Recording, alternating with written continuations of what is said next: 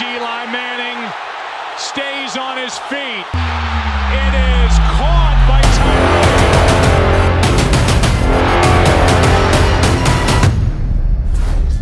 Tyree. Welcome to Catch the Moment. I'm your host, David Tyree. We are back. And guess what, y'all? You're going to have to deal with this. You're going to have to deal with just me today. We are back. We are in the building. We are about to get some great things done. But it's just yours truly. Yes, I got a little excess on, right? I got a little excess on. I got the hat. But big shout to Tom Cruise. I'm in my Maverick. You know, it's the moment right now.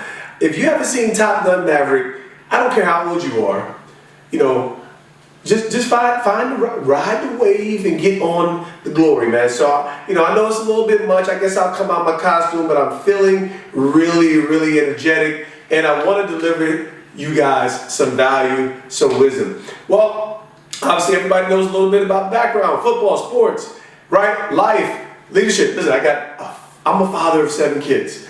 There's never a day in my life that isn't like just turbulent, right? So I'm going to talk to you guys today about the topic of transition. I'll come out. All right, I get it. I did a little too much. You know, I had the mirror shades and everything going on. And I know I'm not the ugliest guy, so I can't be that insulting by coming out my little costume here.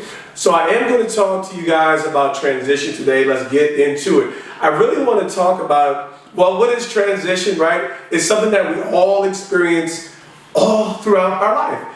But it's always a topic that must be considered and explored because of how transition comes about, right? And you know, I'm not just talking. I guess I'm going to share with you guys and teach a little bit, right? So let's just define a simple definition of transition, right? Because I kind of have to start with what do words actually mean, right? Well, you know, I know we like to change words a lot, but let's go back to what transition means. It's movement, passage, change from one position, a state, a stage, a subject, right? It's this idea of movement, passage. It's the idea of progress. And when I think about movement, I always think about the fact that if something's moving, it's usually an indicator that it's alive, right? So the first thing I really want to bring to our attention is if we are in transition at any point or stage and we recognize it, then it's usually an indicator that you're alive, that there's a destination that we all want to get to in life, and we're on our way to making some kind of progress. Some of it is forced, some of it is a decision, right? So I guess the way I'm going to break a little bit of this chat down is give you some of my experience, but also help you to recognize transition. Some of us, because we like the state of our lives, we like the state of comfort that we are creatures, humans are creatures of comfort. And once we've attained the space of stability, which every human heart should desire, like I said, you know, there's a lot of different elements or experiences that I've had at my ripe age of 42. I feel like I'm hitting my prime. I'm still in pretty decent shape. Y'all don't hate on me. But so let's get into this. The first thing I want to talk about in transition is really just assessing your situation. Assessing your situation. So when I'm talking about transition, it's about, okay, where am I? Right? Like, where am I? And, you know, so it could be job transition, right? What kind of different transition? It could be career transition. It could be family transition. It could be you moved into a new community, a new state, a new area, right? There's adjustments that are being made. It could be a new child was born, right? It could be maybe there was a passing of a significant member of your life, of your family, right? These are all experiences that happen every single day that we encounter, and maybe one of these decisions or one of these life happenings, right? Because some things some things are choices that we all have, but there's also a good amount of experiences that just happen to us, right? And those are the ones that usually catch us off kilter a little bit. The ones that just kind of happen to us, and we might not be as prepared as we like. How do we navigate it? So back to assessing your situation. Do you look at it like it's a good thing or a bad thing, right? I'll kind of, you know, as an athlete, as a young person, you're able to to really find something that really interests you, right? Most people who are involved in athletics, especially at the collegiate level, they've gotten good at something. They've gotten good at something. It's usually an interest. It's usually something that they recognize was a love, a passion that they could pursue. Athletics provides this unique opportunity for you as a young person, typically, especially in our society today, to get good at something quick, to develop skills, to develop passion, to be cooperative. And I'll be honest with you, my transition from high school to college was probably the biggest transition as an athlete. Meaning, okay, when I'm in direct correlation to the speed of football, the intensity of it. High school to college was a doozy, right? Change of environment from New Jersey to upstate New York. Syracuse, New York, lots of snow, way more than Jersey. So those are some of the things. You're assessing your situation. Where are you? Who are the people that are for you? And we'll get into that. Is it a good thing or is it a bad thing? How do we determine whether it's good? Most times, we actually look at good based on what we're comfortable with. And so, what we actually like ourselves, what we prefer. And that's not always the best indicator, because adversity is actually which tends to shape our character. And it's usually the difficulties where we're pressed, the pressure cookers that develops and refines us as humans. So that's the first question you want to begin to ask. Do I perceive this as a good thing? And usually if you kind of like have set yourself up maybe in a career or you got drafted as a professional, or you've graduated and you've just taken a job, that's a transition that you're usually excited about. Whereas others, where you weren't prepared to be laid off, those are things that we may perceive as bad. Are you responsible for being in this transition, right? Like I said, recently up until 2020, my contract was up with the New York Football Giants. I fully expected to be renewed. Man, I'm pretty good at what I do. I'm pretty good at being in a position of serving people. Man, I love people. I mean, listen, I had 7 kids. I mean, like everybody in this day and age, they understand the torment that comes with children. I'm a glutton for punishment, right? I'm also a glutton for love too. So I love being in position to serve people. I have a greater measure of capacity, understanding people, what their needs might be. So back in 2020, when I'm with the New York Football Giants and as a director of player engagement, they chose not to renew my contract. I had to ask myself, what more could I have done to be in position for that renewal? Now, listen, some things are out of your control. We don't want to overthink it, but we do want to consider, am I responsible for being in this situation, right? We're assessing the situation. Good, bad, am I responsible? Was it unexpected, right? So in my case, it wasn't completely unexpected. And then when I say in my case, I was a director of player engagement for the New York Football Giants for 6 years, 2014 to 2020. Like I said, it was a great role being in position to onboard, rookies in the National Football League, to service the entire roster, help these guys get acclimated on the field, how to dominate their now and prepare for their next. It was a fulfilling role. So when I moved on, was it unexpected? It wasn't completely unexpected. I could see some things. I could perceive that some of the change that was moving forward, there was the possibility. And so I had some preparations. When situations fall upon us that we're unprepared for, right? And where do we experience the most disappointment? Where we have an expectation that wasn't met, right? Where you have an expectation that was not met. That's where disappointment comes in, right? So, and really, in light of this situation, was I prepared, right? And what were the areas of my life in relation to this transition that were affected? Well, like I said, when I have random conversations with people, associates, people, as I'm getting to share my story, when you have a large family like I do, when you're in a position of leading people, influencing people, like I'm in position, I say my life is a little bit like an ocean liner, right? I'm not a speedboat. It takes a little bit more to navigate this transition because I'm considering other people. So what are the areas of your life? Did it affect your finances? Did it affect the state of your welfare in relation to your home? How you're able to provide and service those valuable entities that you may be leading, responsible, or influencing. So when I'm talking about assessing the situation, those are a few questions that you could ask yourself, right? And it'll begin to, okay, this is where I am, right? Here's a little bit of the role that I played. And like I said, of course, we're never the sole, right? There's always other people involved. But we want to adopt the ownership mindset even as we find ourselves in the middle of a transition. Whether it's a career transition, like I said, whether it's something that happened to us in relation to an experience in our family dynamic. This happens all the way around.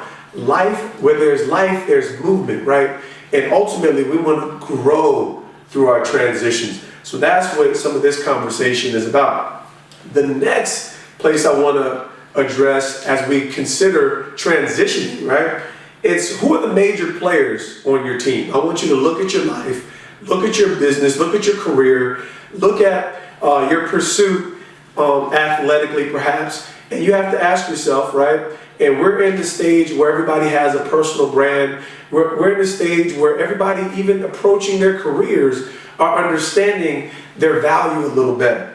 And that's some of the most exciting experience for me, because as an athlete coming into the National Football League in 2003, this wasn't information that we were privy to. We understood that we had influence, but we didn't know how to handle our business. Well, now we're seeing collegiate athletes with NIL contracts. They're coming into thousands and even millions of dollars because of the value that they're bringing to their universities by way of their gifts and skill sets. So I want you to look at your life, no matter what stage you're at, whether you're a young person. Of course, you have to have skills, right? You have to position yourself to deliver value in some way if we're going to recognize these things. But getting back to the point I'm talking about right now, who are the major players on your team? So think of your team, think of your business, think of your skill set, think of your value situation, okay? Obviously, we all have a family, in some way. Maybe some of us have super strong families. Maybe most of us, we have some Addams family going on. We have some, there was a show many moons ago called Brady Bunch. Even the Brady Bunch, they were a mixed family. And that brings forth many challenges, but they are a family, and their natural relationships that we have access to that usually brings a support system. So you have to think about who are the major players on your team. Why is this so important? Because nothing great happens by ourselves. I want you to really consider this. There's no one who has done anything great that has accomplished it all by themselves. So here with Catch the Moment, I'm positioning you to get great done. As we're going through some of these questions, as you're assessing your situation, you have to think about who are the people that are for you, right? We have advocates and we have adversaries. We have people that are, we like to call them haters. Haters want to hate, ballers want to ball, right? So sing your song, whatever it is. And I know that was an R. Kelly song, but get over it. His catalog is deep. He's a cruel, disgusting, vile human being, but he gives some good bars. So consider who's your family. Maybe they're mentors. Maybe they're leaders, right? They're leaders in your life. People that you have chosen, people that you have pursued, that are going to be able to give you the proper counsel, guidance, instruction, information that will position you to navigate this transition. Right? There's the obvious, right? We're a sum total of the people, right? The 5 closest people. I've heard it said that way. We are a sum total of the 5 closest people in our life. Well, I want you to intentionally consider who those 5 people might be that you're spending the lion's share of your time with. I want you to consider who the people you communicate with at your workplace. Who are the teammates that you are in cohorts with? What kind of value do they have? What kind of upbringing do they have? What kind of, how are you positioning yourself in the middle of a transition to actually pull from some of those resources? Because it's stable people, right? It's having I would say, a group of stable people that will best allow us to navigate some of the twists and turns that come with transition. Let's just be honest, right? So here's my moment of honesty. When I transitioned from the National Football League, It was 2010. So that was a moment where in my mind I was totally prepared for it. I was totally prepared for it. Here I am, in 7 seasons, I've won a national, I've won the Super Bowl 42. I've been a Pro Bowler. I've been an All-Pro as a special teams player. I have been an NFL Special Teams Rookie of the Year. I was in position to rack up a few things. And I actually did the lion's share of that in 5 years. The last 2 years were injury and a swan song season, right? So at that point, I just knew that it was time to move on. And what I didn't know was something that was vitally important. I had a great sense of identity. So this is going to move me into a major point. I had a firm sense of who I was and who were genuinely for me. And what I didn't know was, what else was I good at? What else was I good at? So that is what created some of the insecurities, the doubts. I had a job, so that was fantastic. I was able to secure some income transitioning out, but going from making $1 million a year to $100,000 a year is a big whop in your experience financially. So I'm giving you a little bit of that scenario to set the stage for why people are so important, because it's going to be your wife, it's going to be your mother, it's going to be that best friend that knows who you are, where maybe that next employer, maybe that entrepreneur endeavor that you're transitioning into is throwing those waves, those blows, and your self-talk is getting deflated. Your self-talk is getting deflated. So we have to identify who are the advocates, who are the adversaries. And listen, let's just be honest, right? Everybody has people that are not going to be for them. And that's okay. We don't have to be completely consumed and giving too much attention to the people who are for us. It's like people in your Instagram comments, right? They just don't favor what you say. And that's where you're able to make clear decisions moving forward. So that's important. First, we're assessing our situation. Then we're identifying the major players on our team. Here's the biggest hook. Is your character will be the strongest indicator of fulfillment in the midst of a transition. Your character will be the strongest indicator of fulfillment in the midst of a transition. I had to say that twice because it's not the strongest indicator of success, right? There's tons of wonderful human beings on earth that might not be finding as much success. But what they have is a great sense of well-being, stability and identity, and discipline that will carry them through in the midst of that transition. So what is your character? What is your character comprised of? And I'm just going to give a quick overview, drop a few more nuggets, and we'll sum this up. I break character down into 4 different components, right? The first one is your value system. What do you believe and how we line up, right? Because I believe that everyone actually lives according to what they believe. But your value system is typically a system of beliefs or principles that give us guidance. But I know, regardless of what someone says they believe, everybody is living what they believe. It's kind of like sitting in a chair. If you don't think it's gonna, we seen them wobbly beach chairs. You don't sit in it if you feel like it's, the beach chairs that's gonna rip up the nylon. Yeah, you don't sit in that sucker. You want something that's stable. So you live according to your beliefs. So your values are primarily what make that up. The second component is discipline, right? Our ability to manage our desires, right? Meaning, okay, here's my capacity for self-control. And I want you to look at discipline as like guardrails. And it does hit every area of our life. So that's the second component, our discipline, our ability to temper ourselves, control ourselves. The third component is the most vital, I believe, within the conversation of transition. It's your identity. Do you have a true understanding or sense of self, who you are, what you're, what I like to really acknowledge about identity, if your identity is tied to something that can be taken away from you, you're already on unstable ground, right? So that's the third component. You got values, discipline, and identity. The fourth component is emotional security, not emotional security, emotional stability. We're humans. we are emotional beings, and our ability to manage our emotions is really going to be something that establishes who we are as people. So our character is the strongest indicator of fulfillment, and our ability to mature in all of these areas is really what is going to determine that place of peace as you're pursuing your purpose, right? So when we're in the middle of a transition, everybody's trying to get somewhere. That's the why question, right? Why am I here? Where am I going? Right? And I think what anchors that is your person. Peace, right, is the absence of conflict.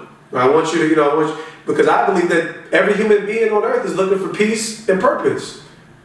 That's it. It's like at the end of the day, that's the simplicity. That's what it's stripped down to.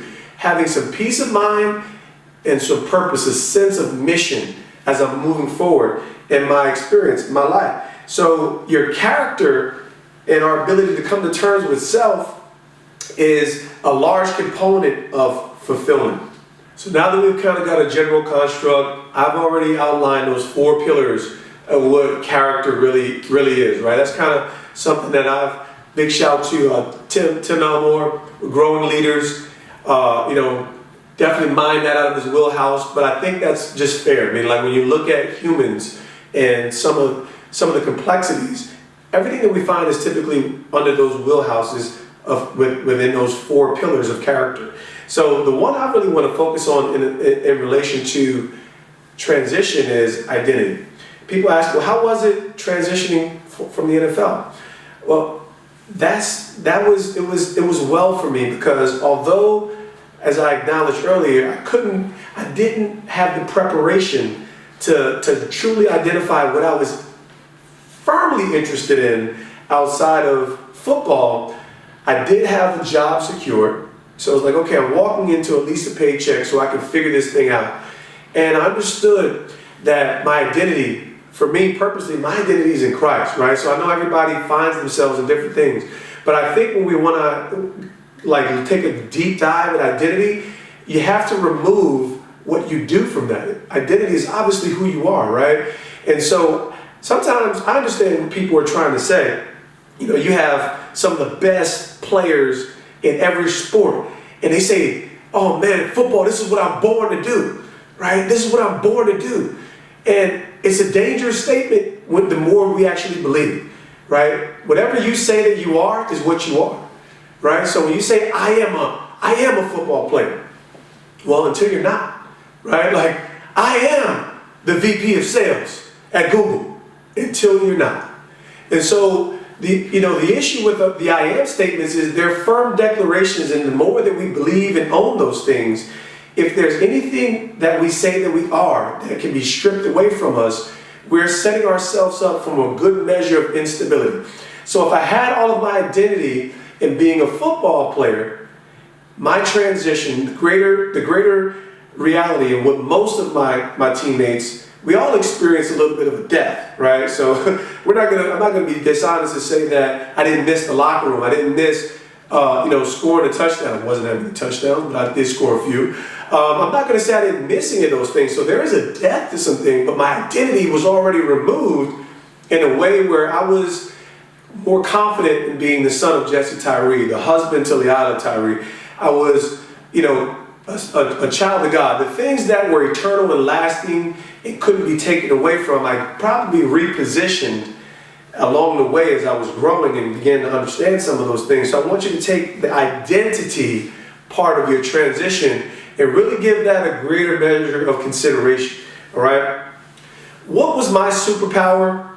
That I would say one of the greatest things that everyone will have to begin to build up, right? And emotional intelligence is just one of my favorite conversations, and primarily because looking back and assessing myself honestly, even as a player, I think the biggest superpower I had along the way was my self-awareness, right? Because, I would get drafted to the NFL in 2003, and the New York Football Giants, they go out of their way, but they were just being honest, right?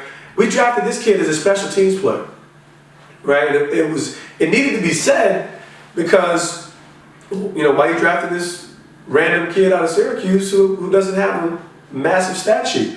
I think I was good enough to play as a wide receiver. I proved that. But ultimately, what I stuck out in was special teams. Well, no one goes to Division I-A college to play special teams, run down on kickoff and block punts. Come on, man. What was that about? Well, that was about recognizing I found more value in contributing to a team. I found more value. I could, like, you know, everybody might have to wait their turn, or, you know, you're competing and you're trying to position yourself to do what you do best. But my mentality as an athlete, as a football player, as a human was, I'm not built for the sidelines. How am I going to contribute to the stat sheet? How am I going to get some shine up in here? You know what I'm saying? How am I going to find a way that David Tyree's name, they're going to know that I left an impact? And that's just the way I was wired. And I understood that if I was going to contribute, I had to run down on kickoff and nail somebody. So it was my, you know, it was a sense of, I guess it wasn't like this real deep humility, but I just realized I had to make a pivot. It wasn't about doing things my way. Had some awareness. So in that mindset positioned me to be drafted in the National Football League, something that I didn't even dream as a young kid. It wasn't until I had my oldest son in college that I thought about the National Football League. Self-awareness requires you to remove yourself as the primary evaluator, right? Everybody evaluates themselves. I'm asking you guys, in light of your transition, to take inventory, right? But you can't be the sole evaluator of your process, of who you are as an individual, right? There's this idea, and I think we see it in court, we need witnesses to affirm truths, right? So position those players on your team to be a voice in your life when they're evaluating you, your situation, your goals, and where you really want to go. Having self-awareness, what are people saying about you? What are people saying about the way that you respond to adversity, right? How have you taken those assessments? Do you fight back? Do you resist? I've had to work my way through tons and years of pride, right? And not like arrogance pride, defensive pride, right? No one is trying to be wrong. Everybody's trying to figure it out and find their way. But are you going to listen when you're positioned with the people who are trying to give you the insight that you might need? That's about self-awareness. Learning who you are and better posturing yourself and positioning yourself to get to where you want to go in the midst of this transition. This will be immensely valuable. The identity and the self-awareness. The identity and the self-awareness. I want to give you a few tools as we get. These are some virtue tools, right? You have to build your life from the inside out. You have to build your life from the inside out. If you're going to get to the places that you want to go and reach those goals, have those measures of success, you have to build your life from the inside out. Because there will be decisions that you are commandeering and you're going to need to own up to them. And there's going to be factors in your environment, in your workplace, people who are positioned around or maybe even responsible for being gatekeepers along the way for your success that you can't control. So you have to be able to weather both realities. So here's some, I call it your transition toolkit. Here's what you're going to need. You're going to need some humility. You're going to need some humility. And the simplest definition of humility is to be teachable, right? And another simple way I've heard people, because humility is not as easily accessible as we would like to believe, but it is probably the most valuable virtue. It doesn't mean to be soft. Ain't nothing soft about this one here. But I've learned humility. It can be learned, and it's obviously another element of humility is to think of yourself less, not to think less of yourself. So humility is the first one I want to equip you with. In the midst of a transition, I want you to consider being pliable. What is pliable? It means to be flexible. You might find yourself in a new work environment and things aren't the same. Systems aren't the same. Processes aren't the same. You want to be pliable. And I'm not talking about gullible pliable, right? I'm talking about flexible, and it's a little bit different from the next thing I want to put in your toolkit, which is adaptable, right? So have some measure of adaptability, right? We want to learn how to how would I say this, guys? is adaptability. And the difference, what I find between pliability and adaptability, is to be able to transform or meet the need is to be adaptable. Can you meet the need in the environment? Can you match emotions in the environment? Can you match the tempo of the environment? Maybe you move slow, but can you adapt and move a little faster? Pliability is about being flexible, so not being so rigid in your beliefs, your processes. So they are two separate things that will really serve you well in the midst of a transition. Fourth thing I want to equip you with is some curiosity. Anytime you're in the midst of a transition, allow it to be a place where you're discovering just as much as you're looking to plant the flag and be established. So have some curiosity as you're discovering more about yourself, discovering more about this new environment, this new opportunity, this new job, wherever it might be. Have the curiosity. Those are four things. There's obviously more that will serve you well in the midst of a transition. I've kind of tapered a few different elements or scattered a few different elements of my transition. I still consider myself. Y'all vibing with me here with Catch the Moment. We're only a few episodes deep, but you see I'm already knee deep with this Maverick flow, and I'm set up to win. I'm the top gun as we're moving forward in this transition because I believe I have an amazing team around me, and we have vision to get where we're going. So that's what we got for today. Some notes on transition. I hope you can take that, bag it up, position yourself to win big and get great done. I want to say that again. Bag that up, position yourself to win big and get great done. I want to thank you guys for listening in, rocking with me for 30 minutes here on Catch the Moment podcast. Make sure y'all spread the good word, and I'll catch up with you next time.